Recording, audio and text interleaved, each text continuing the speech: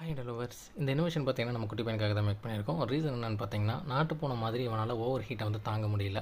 அதனால் வந்து பாத்ரூம்குள்ளே போய் கூலிங்காக இருக்கும்னு படுத்துக்கிறான். ஏன்னா பாத்ரூமுக்கு மேலே வாட்டர் டேங்க் இருக்கிறனால கொஞ்சம் சில்னஸ் இருக்க மாட்டிருக்கு. இவன் இதை உள்ள பண்ணக்கூடாது, இவன் தூங்குற இடம் கொஞ்சம் கூலிங்காக இருக்கணும் அப்படிங்கிறதுக்காக தான் இந்த இனோவேஷன் ஒன்றுக்காக நம்ம ரெடி பண்ணிகிட்ருக்கிறோம்.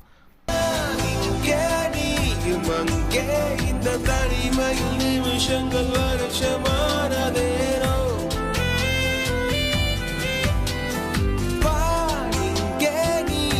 அங்கே இந்த உவமைக்கு இருவரும் விளக்கமானதேனோ.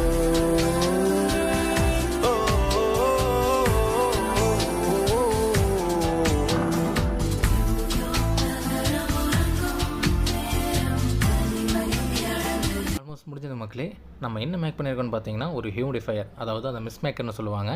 இதோட பர்பஸ் அண்ட் யூசேஜ் என்னென்னு பார்த்தீங்கன்னா, காற்றுல ஈரப்பதத்தை அதிகப்படுத்துறதுக்காக இது வந்து யூஸ் பண்ணுவாங்க. இதை நம்ம ரெடி பண்ணி டெஸ்ட் பண்ணும்போதே பாருங்கள், நம்ம பையன் ஸ்மெல் பண்ணிட்டு அங்கே போய்ட்டு அந்த சில்னஸ் அப்படியே வந்து வாங்கிட்டு இருக்கிறான்.